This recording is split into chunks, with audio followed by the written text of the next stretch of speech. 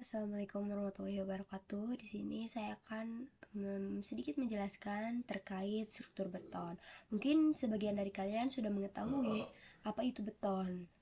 Erat kaitannya dengan bangunan, gedung bertingkat. Apa sih beton itu? Apakah benar beton itu adalah batu buatan?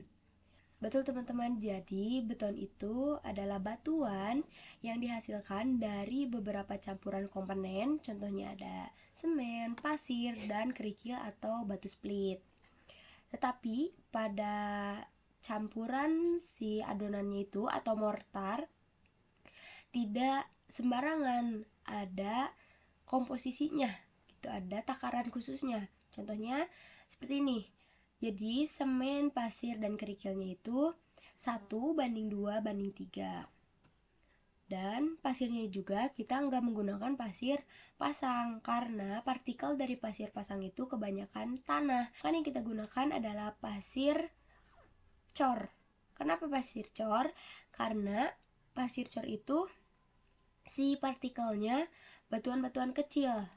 Makanya si semen itu menjadi pengikat atau lemnya, sedangkan si pasir, batu split itu sebagai agregat aneks struktur. Selanjutnya ada struktur ada struktur beton bertulang, ada struktur baja, ada struktur kayu.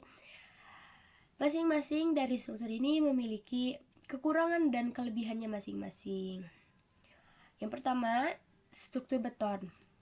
Dalam struktur beton itu kita harus sangat teliti pada si mortarnya. Kenapa? Karena itulah yang mengikat tulangan-tulangan atau besi-besi ini. Maka dari itu, pada struktur beton kita mengadakan uji coba dari si adonan mortarnya seperti itu. Nanti itu akan dibahas selanjutnya. Ada struktur baja. Kita juga harus mengetahui dulu kita butuhnya besi yang kayak gimana. Ada beberapa macam tipe si besi bajanya. Ada kanal, ada habim, ada yang bentuknya I, ada WF. Itu tergantung gimana kita butuhnya. Soalnya kalau WF itu bisa digunakan pada balok dan kolom, habim itu hanya bisa digunakan pada kolom. Struktur kayu sudah jarang digunakan oleh orang-orang, mungkin ada, tetapi sangat jarang. Kenapa? Karena pertama, kekurangan dari kayu itu susah dirawatnya. Jadi kita juga tidak hanya berpatok pada iklim, tidak cuaca saja, tapi pada serangga juga. Kayunya bisa bolong-bolong dan lain sebagainya. Mungkin yang menggunakan struktur kayu ini masih mengutamakan estetika saja. Nah, tadi pada struktur beton itu kan tadi saya menyebutkan bahwa nantinya akan ada pengujian dari mortarnya. Nah, inilah macam-macam uji mortar atau betonnya. Yang pertama ada slam test. Ini tuh kita membuat dulu adukan, kita membuat mortarnya. Selanjutnya kita masukkan ke alat ini nih, yang ini. Nanti setelah dimasukkan kita angkat.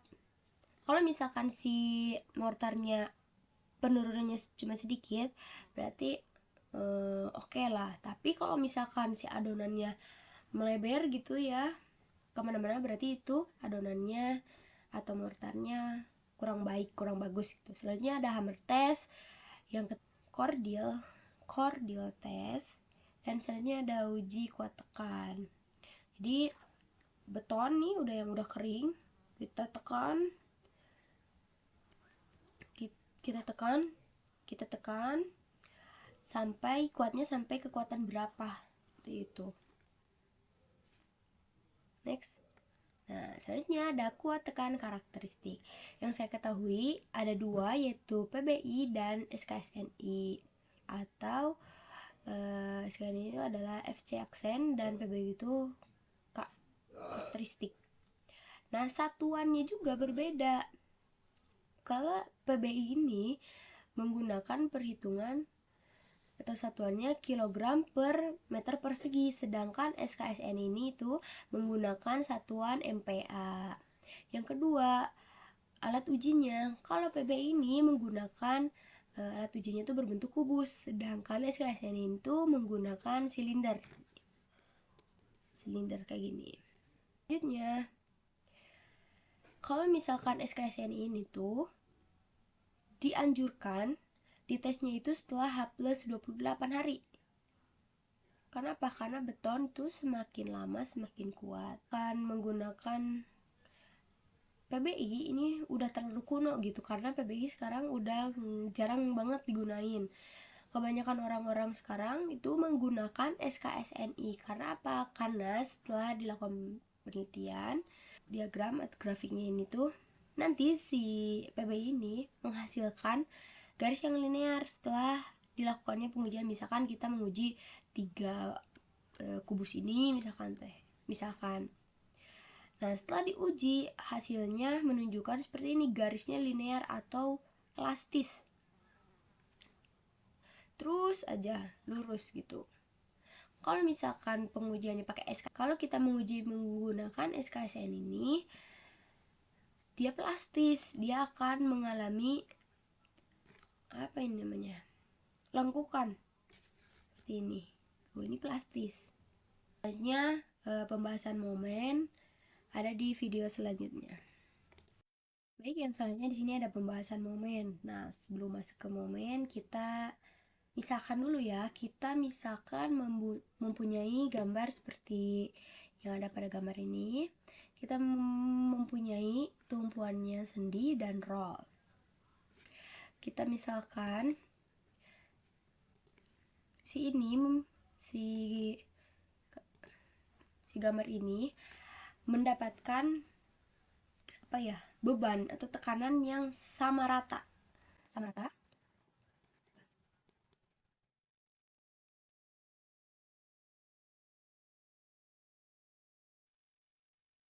Selanjutnya ke momen.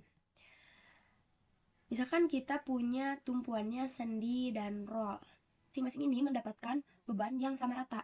Nah, kita tidak bisa langsung menentukan si momennya. Misalkan, oh berarti kalau misalkan ininya gini berarti langsung kayak gini. Atau tiba-tiba kayak gini. Nggak bisa. Kita harus menghitung dulu reaksinya, momennya, supaya kita dapat si bidang gesernya. Misal kalau bidang gesernya, setelah melakukan perhitungan tersebut, kita dapat nih yang contohnya dari aku. Setelah dilakukan perhitungan reaksi, perhitungan momen dari masing-masing AVI, BEVI, kita dapat nih si bidang D atau bidang gesernya seperti ini.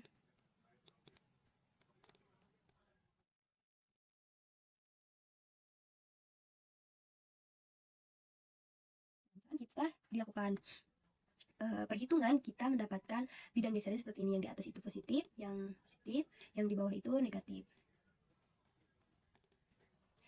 Kenapa bisa kayak gini? Kita udah mempelajarinya pada semester lalu. Mungkin ada yang masih ingat ya gimana cara nentuin kayak gininya.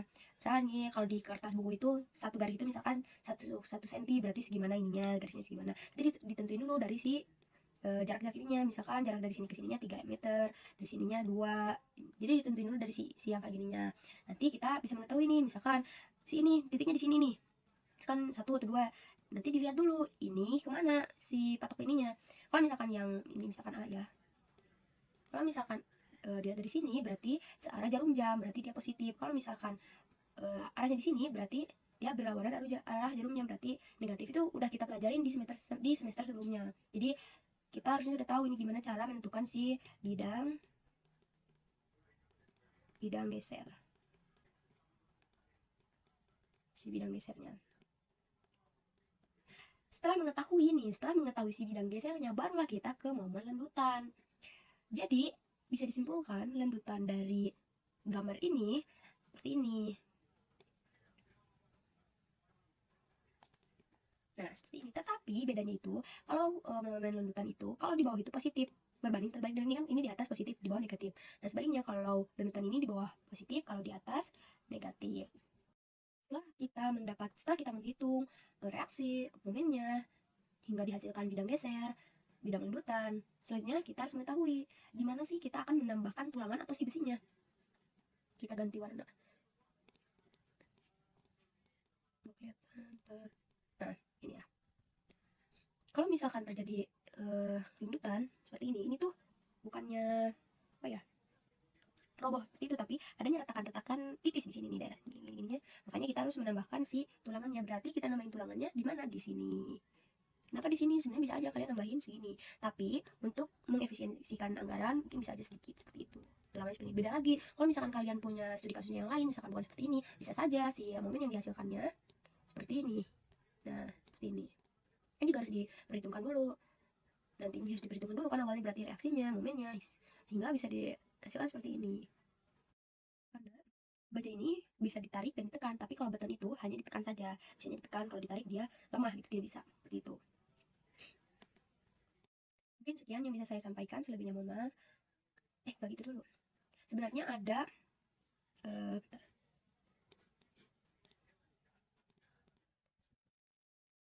Di sini kita ambil studi kasus yang berbeda. Misalkan landutannya itu ada yang ke bawah, ada yang ke atas, ada juga yang ke bawah kembali. Nah, itu berarti untuk tulangannya bisa kita simpulkan seperti ini yang di bawah gambar bawahnya, yaitu tulangannya berada di landutan yang bawah. Terus yang atasnya yang terjadi seperti mengerucut seperti segitiga, dan di landutan yang satunya lagi di situ. Lanjutkan video yang untuk referensi belajar. Sini ada beberapa buku yang memang bisa dijadikan patokan untuk kalian untuk belajar. Di sini saya ada buku dasar-dasar perencanaan petung tulangan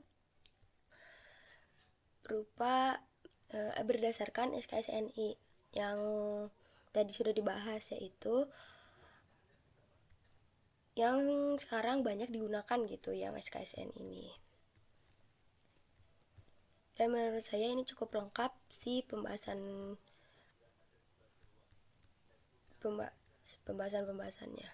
Nih, ada yang kayak tadi nih, ini bagaimana menentukan, ini ada 2 dimensinya, ada 3 dimensinya. Ini bagaimana nanti kalau misalkan tumpuannya sendi, jepit, roll. Seperti ini tuh banyak banget ya. Bisa dipelajari saja, banyak sebenarnya di internet, tapi kalian juga harus yang terpercaya gitu mencari si bukunya. Nih, ini misalkan ditambahin gimana, seperti itu. Mungkin sekian yang bisa saya sampaikan, selebihnya mohon maaf. Wabillahi taufiq hidayah. Wassalamualaikum warahmatullahi wabarakatuh.